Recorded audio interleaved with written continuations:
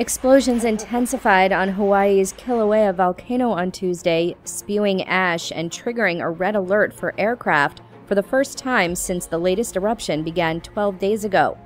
Ash and volcanic smog, or VOG as it's called, rose to 12,000 feet above Kilauea's crater and floated southwest, showering cars on Highway 11 with gray dust and prompting an unhealthy air advisory in the community of Pahala, 18 miles from the summit. An aviation red alert means a volcanic eruption is underway that could spew ash along aircraft routes, the U.S. Geological Survey says on its website.